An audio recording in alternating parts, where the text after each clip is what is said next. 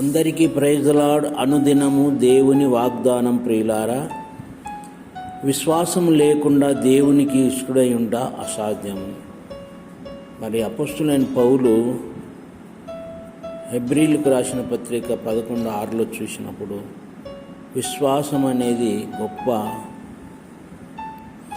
క్రియ అని మనం చూస్తున్నాం. కనుక విశ్వాసము లేకుండా దేవునికి ఇష్టడై ఉంట అసాధ్యం అంటున్నారు. కనుక మనం విశ్వాసం కలిగినప్పుడు దేవుని సన్నిధిలో గొప్ప కార్యాలు చూడగలం. నీవు దేవుడు ఉన్నాడని నమ్మాలి, విశ్వసించాలి.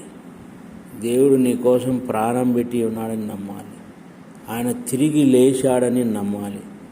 నువ్వు నమ్మినట్లయితే దేవుని మహిమను చూస్తావు.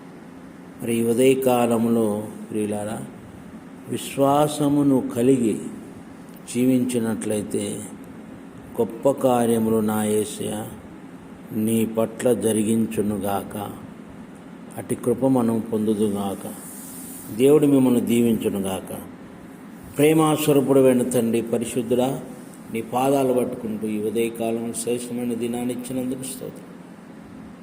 నీ కృప కలిగిన బాహుతో మమ్మల్ని అందరిని నింపి ఈ దినమంతా కూడా నాయన నీ సన్నిధి మాకు దయచేసి ఈ వాగ్దానాన్ని నమ్మి విశ్వాసం కలిగి మా విశ్వాసాన్ని బలపరిచి రాకడ కోసం స్థిరపరచమని, విశ్వాసం లేకుండా దేవునికి ఇష్టడై ఉంట అసాధ్యమని మీరు పలికిన మాట మేము విశ్వాసము కలిగి నీ అడుగుజాడలు నడుచుకుని కృప మాకు దయచేయమని యేసునామమున అడుగుచున్నాము తండ్రి.